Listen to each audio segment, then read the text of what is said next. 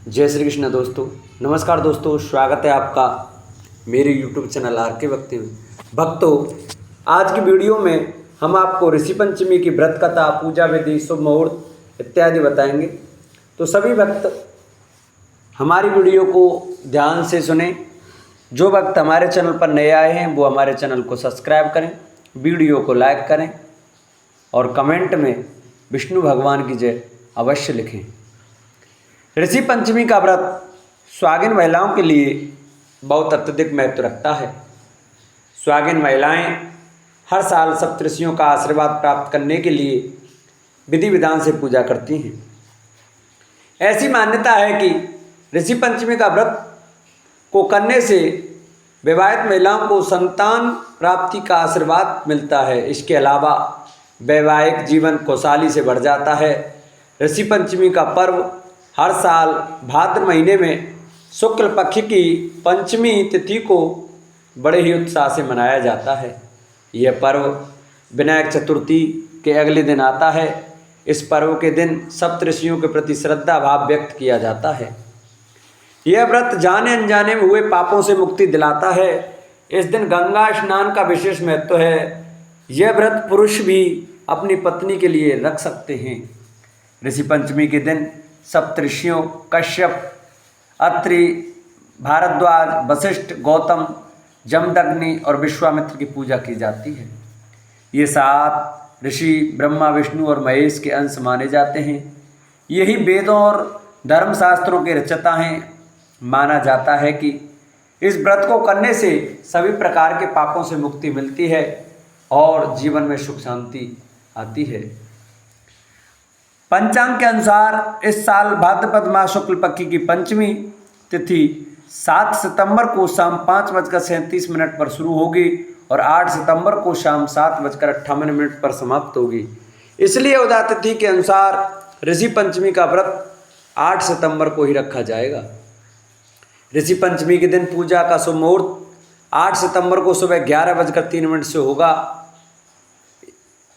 दोपहर 1:34 तक रहेगा। ऐसी मान्यता है कि ऋषि पंचमी के दिन सप्तऋषियों की पूजा शुभ मुहूर्त में करना शुभ फलदायी माना जाता है।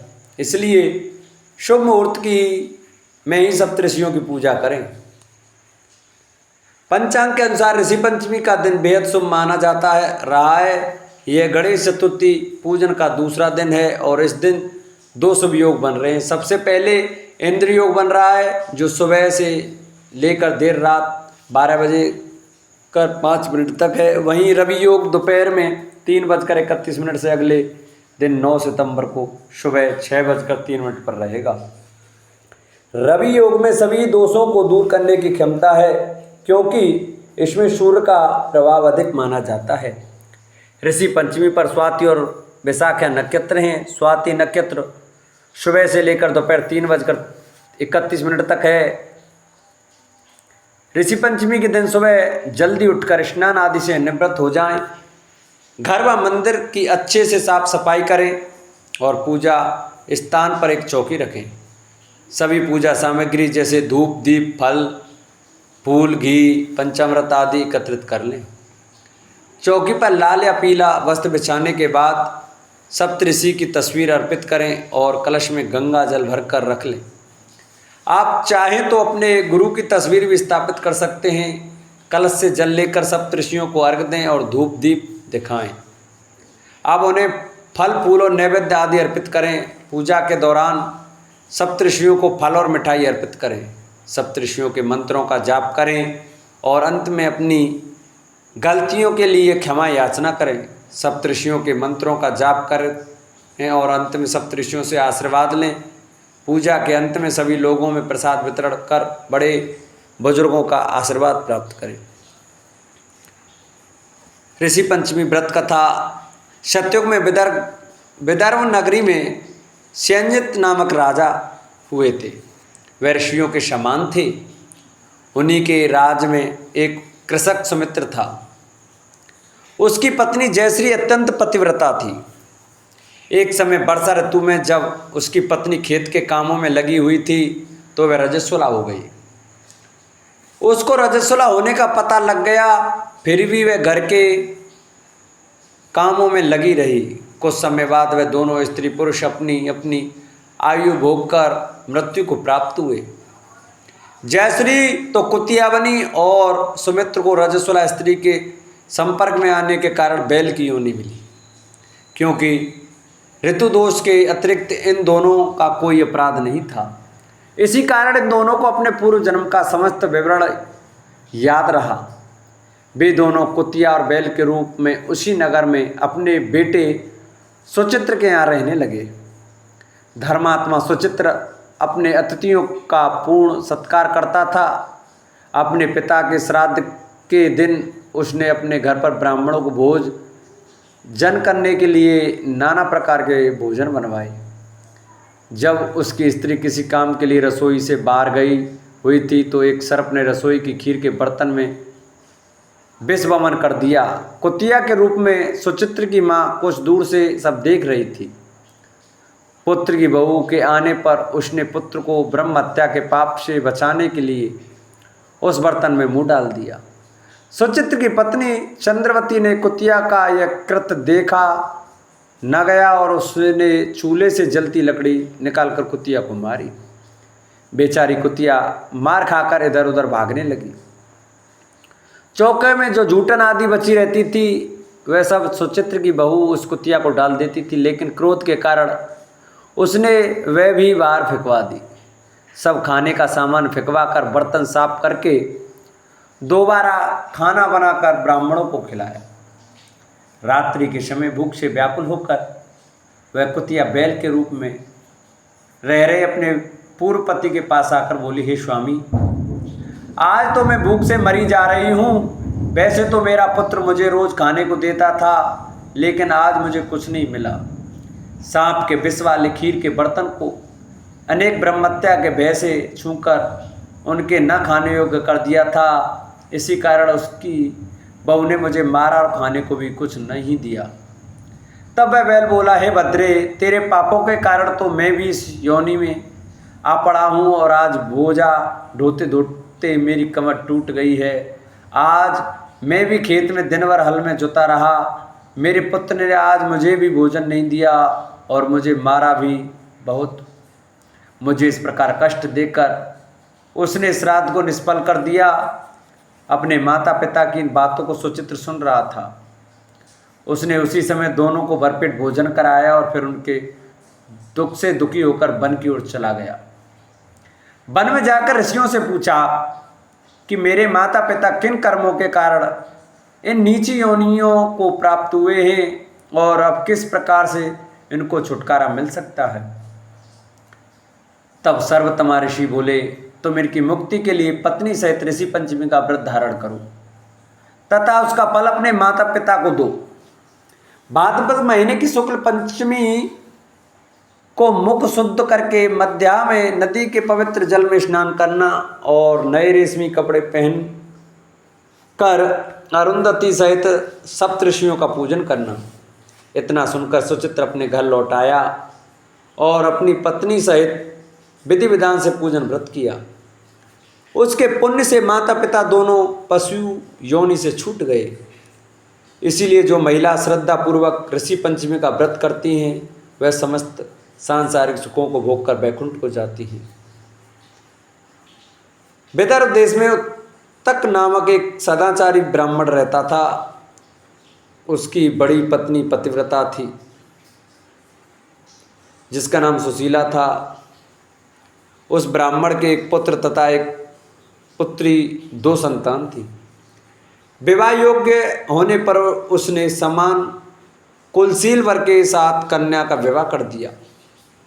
देव योग से कुछ दिनों बाद वह विधवा हो गई। दुखी ब्राह्मण दंपत्ति कन्या सहित गंगा तट पर कुटिया बनाकर रहने लगे। एक दिन ब्राह्मण कन्या सो रही थी कि उसका शरीर कीड़ों से भर गया। कन्या ने सारी बात माँ से कही। माँ ने पति से सब कहते हुए पूछा, प्राणनाथ, मेरी साध्वी कन्या की यह गति होने का क्या कारण है।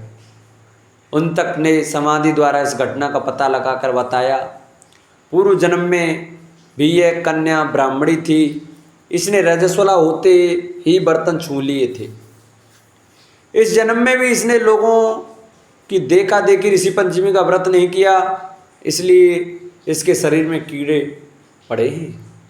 धर्मशास्त्रों की मान्यता है कि रजस्वला स्त्री पहले दिन चांडालिनी, दूसरे दिन ब्रह्मघातिनी तथा तीसरे दिन धोबिन के समान अपवित्र होती है।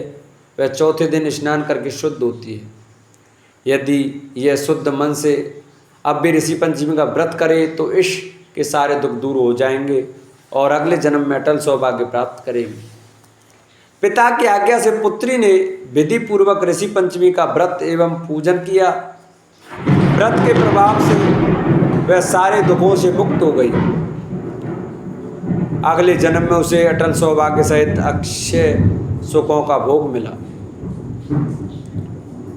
एक बार संतान प्राप्ति के लिए ब्राह्मण और ब्राह्मणी सप्तऋषि का व्रत किया करते थे और जब उन्हें संतान के रूप में बेटी की प्राप्ति हुई तो वह उसे भी यह व्रत कराने लग गए। इसके बाद उन्होंने उसकी शादी भी ऐसे आदमी से की जो उनके घर में घर जमाई बन के रहे।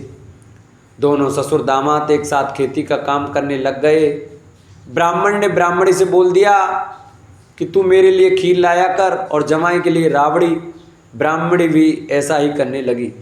जब एक दिन ब्राह्मण को काम की वजह से बाहर जाना पड़ा तो ब्राह्मणी खाना लेकर आई और जमाई से बोली कि एक हांडी में खाना आपके ससुर का और दूसरी में आपका। यह सुन जमाई ने सोचा कि ऐसा ससुर के लिए क्या लाई है जो ये बात बोल के गई कि यह आपका और यह आपके ससुर का है। जमाई ने ससुर की हांडी खोलकर देखी तो खीर को देख उसका मन ललचाने लगा और उसने खीर खा ली। जब ब्राह्मण आया और उसने पाया कि खीर जमाई ने खा ली तो उसने गुस्से में आकर कुल्हाड़ी से जमाई के 7 टुकड़े कर दिए और उन्हें 7 अलग अलग जगह पर छिपा दिए। ब्राह्मण की बेटी का पति 3 दिन से घर नहीं आया तो सप्तऋषियों ने सोचा कि इसका व्रत खुलवाना जरूरी है।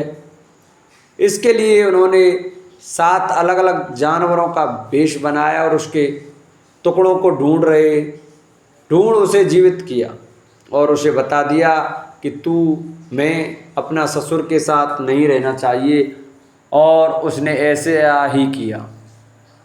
वह अपने सास ससुर से अलग रहने लग गए। वे सब उसकी पत्नी के व्रत करने के प्रताप से संभव हो सका।